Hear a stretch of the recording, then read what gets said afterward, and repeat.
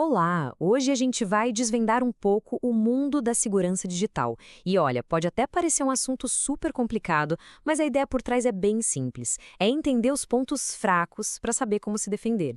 Pensa comigo, é como a segurança de um prédio, sabe? Não adianta nada ter uma porta de aço super blindada se a janela lá dos fundos estiver aberta. Para a gente começar a pensar nisso, olha essa pergunta. Um banco que tem guardas, vidro à prova de bala, um cofre gigantesco. Parece impossível de invadir, né? Mas e se o ponto fraco não for a porta do cofre? E se for, sei lá, um funcionário meio descuidado? Essa pergunta é a chave para entender como as vulnerabilidades funcionam, tanto no mundo físico quanto aqui, no digital. Bom, este aqui é o nosso roteiro de hoje. Primeiro, vamos definir direitinho o que é uma vulnerabilidade. Depois, vamos dar uma olhada em como mapear todos os pontos de entrada de um ataque. Em seguida, a gente vai ver como construir nossa fortaleza digital, quais são as ferramentas para isso, e no final, vamos entender por que segurança é sempre um ato de equilíbrio. Vamos lá, começando pelo básico. Quando a gente fala de vulnerabilidade, muita gente já pensa logo numa porta destrancada ou talvez numa senha fraca. Mas, como vamos ver, o conceito é bem mais amplo e até surpreendente. Voltando ao nosso exemplo do banco. As defesas óbvias, como o cofre e os guardas, estão todas lá. Mas a verdadeira fraqueza pode ser, por exemplo, humana ou de processo. Um funcionário que aceita um suborno ou um invasor que se disfarça de técnico de manutenção para entrar. Essas são as vulnerabilidades que não são feitas de aço, mas que podem derrubar o sistema do mesmo jeito. E essa é a ponte perfeita para o nosso mundo digital. Um sistema de computador também tem essas fraquezas escondidas, que não são óbvias. Pode não ser um guarda distraído, mas sim um errinho sutil lá no meio do código, ou uma política de senhas que foi mal implementada. Os princípios por trás da exploração dessas falhas são exatamente os mesmos. Então, o ponto crucial é este aqui. Uma vulnerabilidade é basicamente qualquer fraqueza que abre uma brecha para que algo ruim aconteça.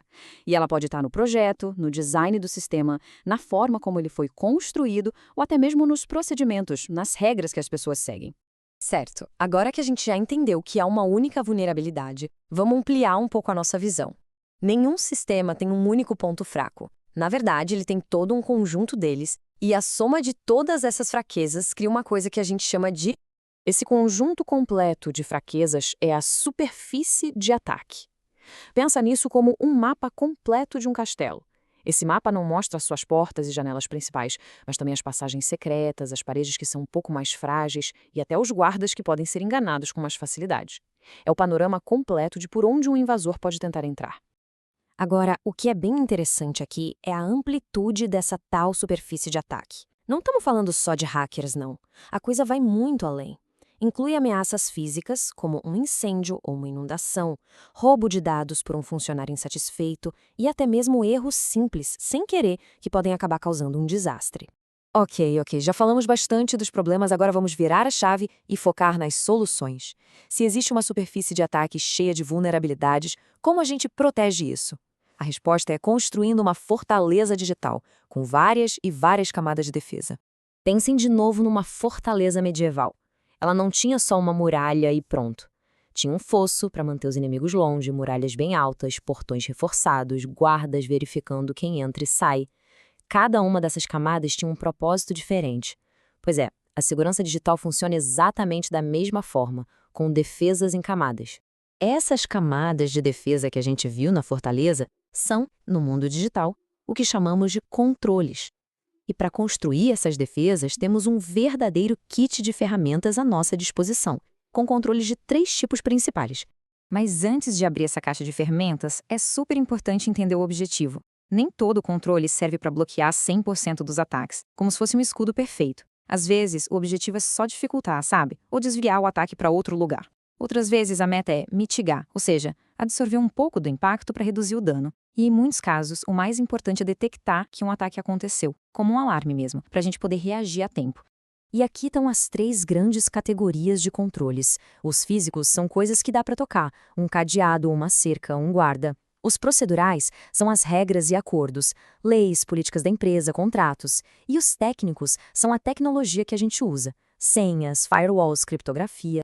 E aqui está o grande segredo, que nos leva de volta à nossa fortaleza. Um único controle sozinho raramente é suficiente.